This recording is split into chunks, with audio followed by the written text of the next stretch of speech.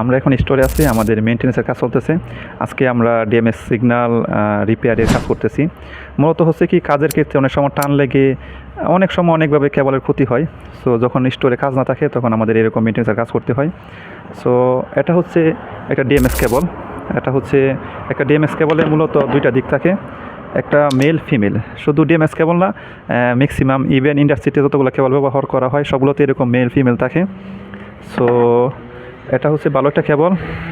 আর DMS কেবল মূলত এভাবে connection করা থাকে। একটা ডিএমএস কেবলে তিনটা কেবল থাকে। একটা হচ্ছে সাদা, অপরটি হচ্ছে কালো এবং অন্যটি হচ্ছে গ্রাউন্ড আর কি।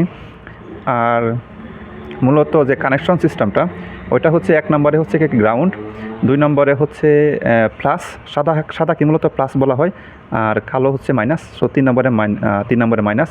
সো গ্রাউন্ডে 1 নম্বর, 2 নম্বরে সাদা, 3 নম্বরে কালো আর কি, এইভাবে হিসাব করতে পারবো।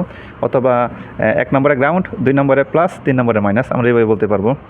এটা হচ্ছে মূলত একটা ডিএমএক্স সিগন্যাল। সো আমরা যখন সিগন্যাল এই সোল্ডারের মাধ্যমে যখন ঠিক করা হয়ে যায়, মানে কানেকশন হয়ে যায়, তখন এটা হচ্ছে আমাদের চেকার। এর মাধ্যমে আমরা মূলত চেক করি। সো আমি যদি আপনাদের সাথে একটা কেবল চেকিং করি। সো আমাদের সামনে এটা হচ্ছে একটা ভালো কেবল, ওইটা যদি আপনাদের সাথে শেয়ার করি।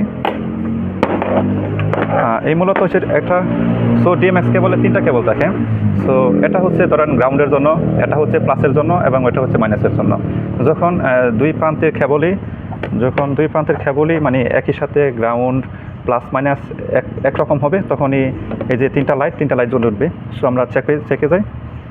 সো আমরা প্রথমে ইনপুট করব, এটা হচ্ছে মেল, তারপর এটা হচ্ছে ফিমেল।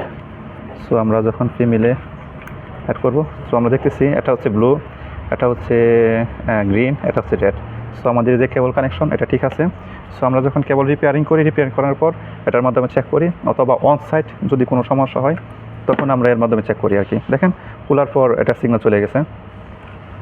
আর অন্য একটা ভিডিওতে আমরা আবার শেয়ার করব যে কীভাবে আমরা এই যে ডিএমএক্স কেবল সিগন্যাল আমরা সোল্ডার করতে হয়, এবং সবচেয়ে সহজ পদ্ধতি কীভাবে সোল্ডার করলে মানে কেবলের কোনো ক্ষতি হয় না এবং সোল্ডারিংও কোনো ক্ষতি হয় না। সো এটার সামনে একটা ভিডিওতে আপনাদের সাথে শেয়ার করবো। সে পর্যন্ত সবাই ভালো থাকবেন। আল্লাহ হাফেজ।